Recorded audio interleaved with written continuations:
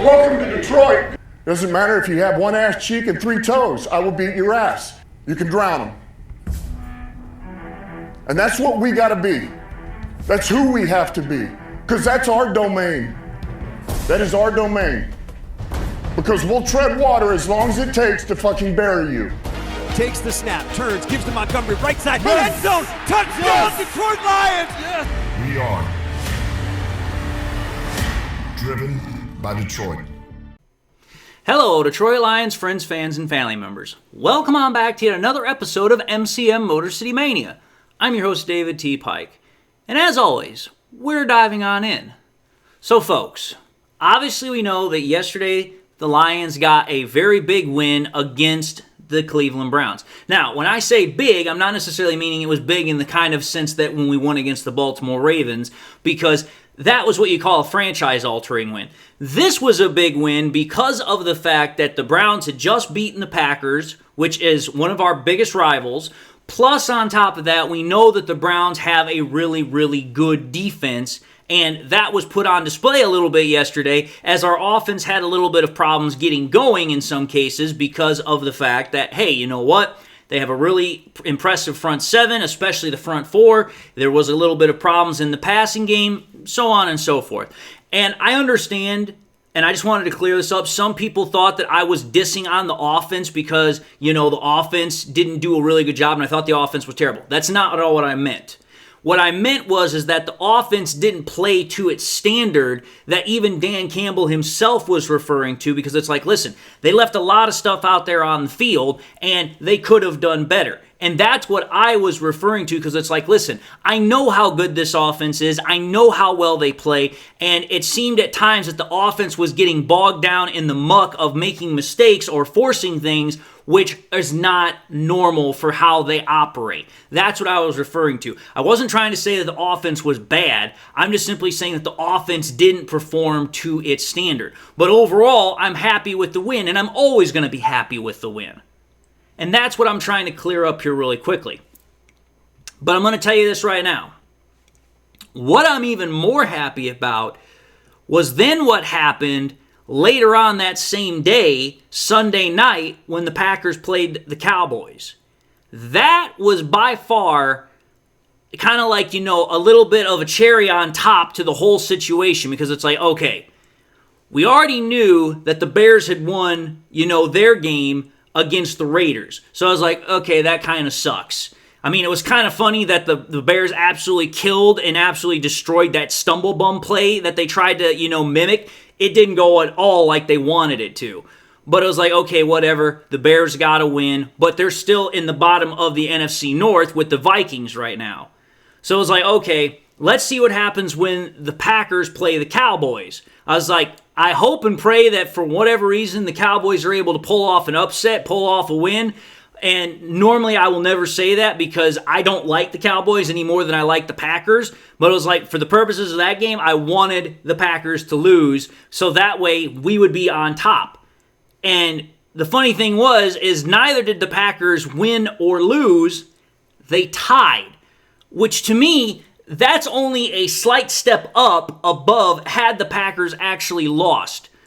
Because let's think about this sincerely.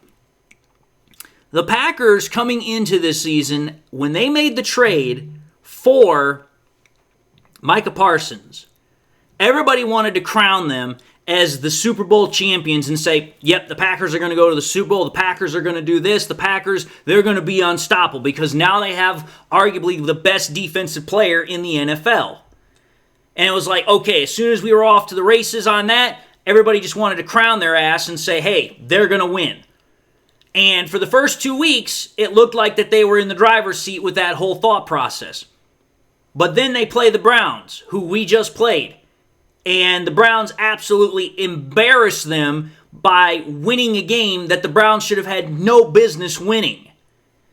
And then, the very next week, the Cowboys go on national television last night the Packers go on national television last night to play the Cowboys, and rather than get a win, which everybody thought they were going to get, they wound up tying. That's why I am so absolutely, just surprised at what's going on here because this is great surprising news because of what the Packers have done now for the last 2 weeks. They have failed to meet expectations outside of their own ball club, and I'm pretty sure within their own ball club. Because think about this.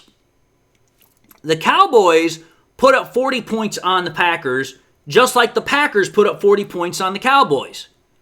The Packers showed on Sunday night that they are not as good as, number one, what they were claimed to be, but also they are not as good as, a lot of people, including themselves, are thinking from over a month ago. Because think about it. A month ago, everyone thought they were going to go to the Super Bowl. But over the last 2 weeks, I am more than confident that thought process has taken an extreme hard nosedive. Because the Packers should have won that game last night, and everyone knows it. First and foremost, the Packers had the better defense by far. The Packers' offense was also in a better position because, hey, what did the Cowboys not have last night? They did not have CeeDee Lamb. So you go into that game, you don't have to deal with Micah Parsons because now he's on your team. And on top of that, you don't have to deal with CeeDee Lamb on the offense. So two of their best playmakers that you used to have to play against, you don't have to deal with anymore. And this is a Cowboys defense, mind you, that quite literally a week ago got ravaged by the Bears 31-14. The same Bears team, mind you, that we, 2 weeks prior to now, embarrassed the absolute ever-living hell out of 52-21. The Lions got the most absolutely delightful news with the Packers tying the Cowboys. And that news is not only that great in the sense of, it puts a really bad light on the Packers, but here's the other news.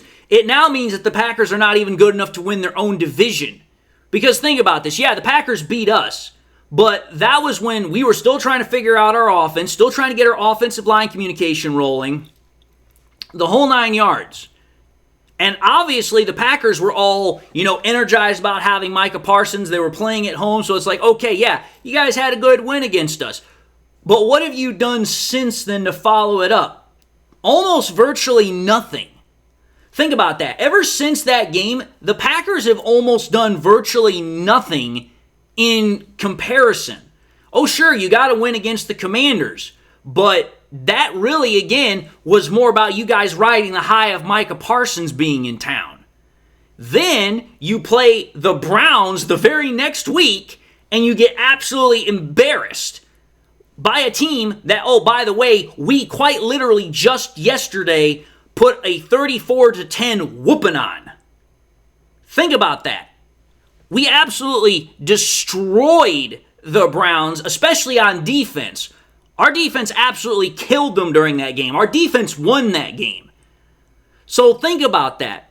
Over the course of the last 3 weeks, the Packers' fortunes and the Packers' outside public perception has taken a massive nosedive. And last night was another knock in that whole thought process because when you go to Jerry World and you're on Sunday Night Football, you are on the biggest, baddest stage that you could possibly be put on because everybody knows how Jerry Jones is. He wants to have the biggest. He wants to have the best. He wants to make sure that his brand is a certain kind of way. Well, you then go and play a Cowboys team that you should absolutely have crushed, even if they are in their own house. But not only do you give up 40 points to the Cowboys, but you're not able to score more so that way you can actually win. You wind up tying with a middling team because let's call for what it is. The Cowboys aren't doing anything this year. They'll be pretty much lucky if they get to about 8 wins. And you literally don't have to deal with their best offensive weapon. Their best defensive weapon that they used to have is now on your sideline. And so now you can't keep a CeeDee Lamb-less offense of the Cowboys out of the end zone. And on top of that, the week before that, you were only able to score 10 points and lost 13-10 against the Browns.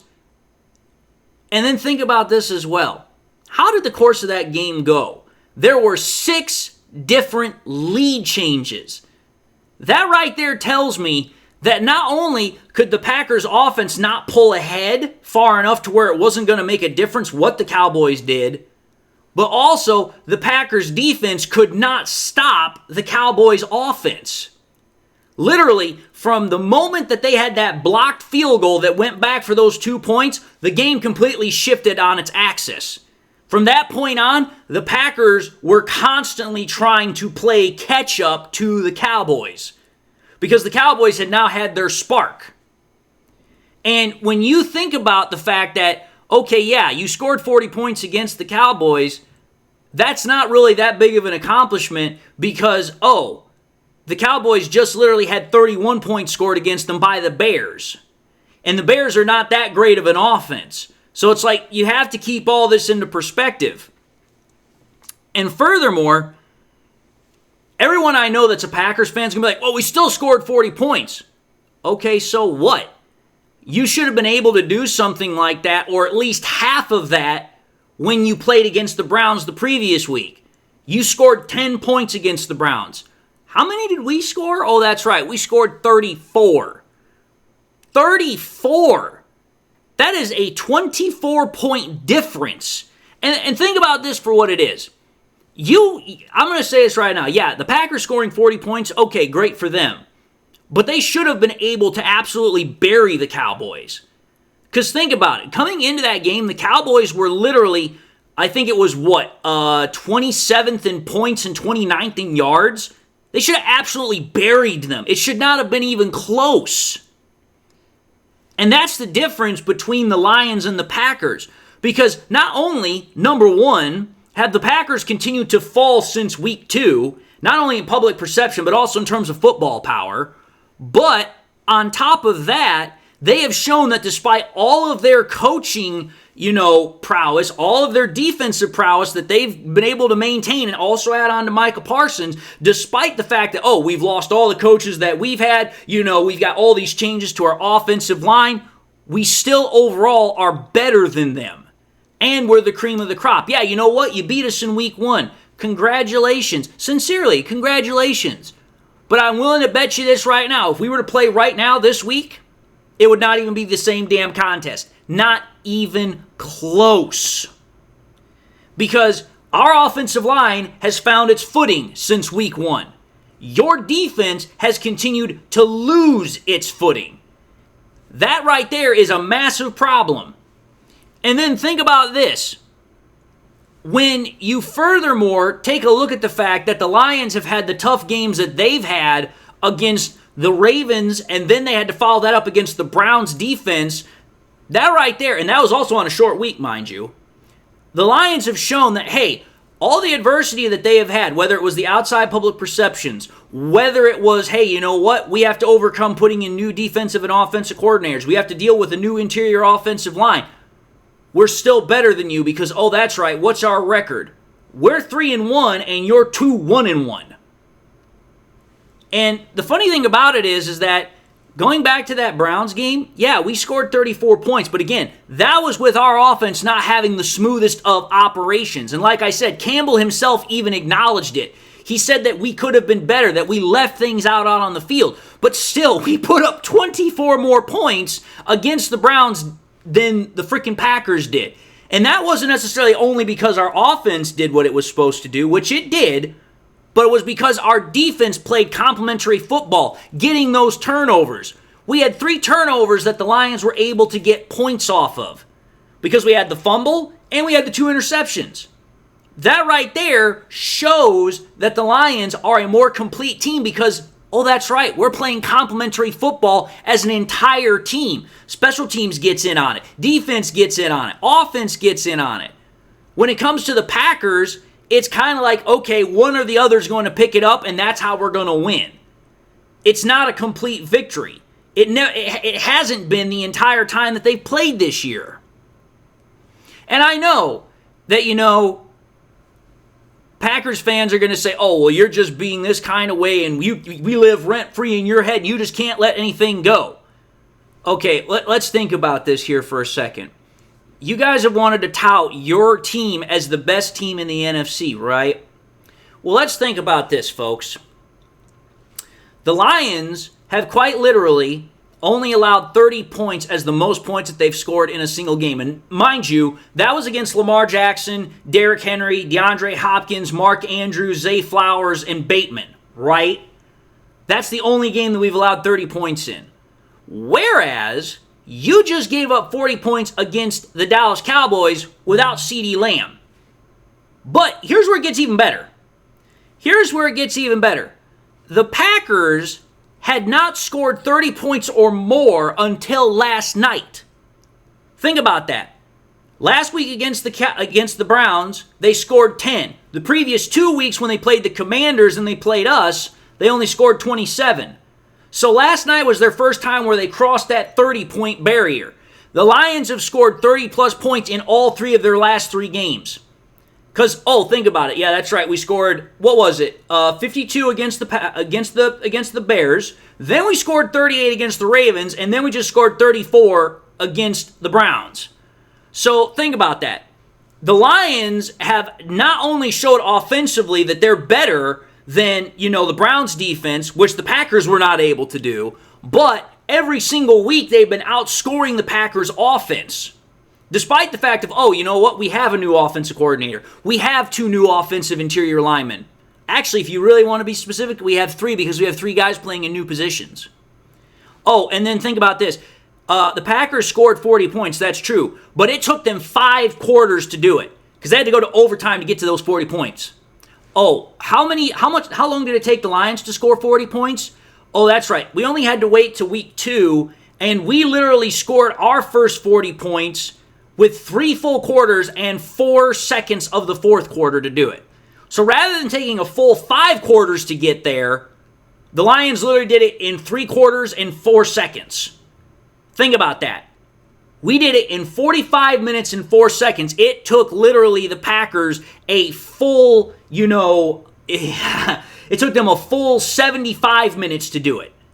Again, and that's against a defense that, like I said, before last night was ranked 27th or so in points and 29th in yards. So, the Lions, despite what Packers fans may want to say, the Lions are not only the top dogs in terms of the NFC North standings, but they are currently tied for the second in the entirety of the NFC itself. They're tied second in the NFC, actual race. And considering the fact that y'all left us for dead after the week 1 facade performance because everybody wanted to get down on the Lions offense because of that performance, which again, we were green, still trying to figure everything out, but once we have, hey, the offense has been performing. Yeah, it was a little bit sputtery against the Browns, but again, that's a Browns defense that was ranked number 1. The same Browns defense that held the Packers offense to 10 points, we scored 34 on. So yeah, the Packers supposedly being the Super Bowl champs this year after trading for Parsons, that's not going to happen.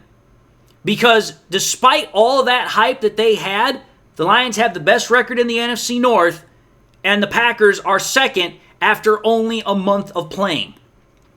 What is my point here? My point is this. It goes to show that being Super Bowl champs in September does not make you Super Bowl champs in February. That's the truth. But anyway, folks, I've talked about this at pretty good length. I think it was rather good, interesting news. So you guys do with it what you will, but I wanted to talk about it. So having said that, I'm going to end this episode and say thank you all for watching in another episode of MCM Motor City Mania. If you like what you saw, by all means, I highly encourage y'all to watch the next episode. Also encourage y'all to do one of these 3 things, like, comment, and subscribe. If by chance you like the content, I hope to gain your subscription if I had not yet done so already. But if you just subscribed and you had not yet had a chance to do so, or you subscribed in the past and you forgot to do so, I want to highly encourage y'all, please, make sure you hit that bell notification icon so you guys never miss any more content that I push out. Hope y'all are doing well. Hope y'all got some in your life that makes you happy, makes you smile. God bless, my friends. And until the next time we meet, I'll see you all in the next episode.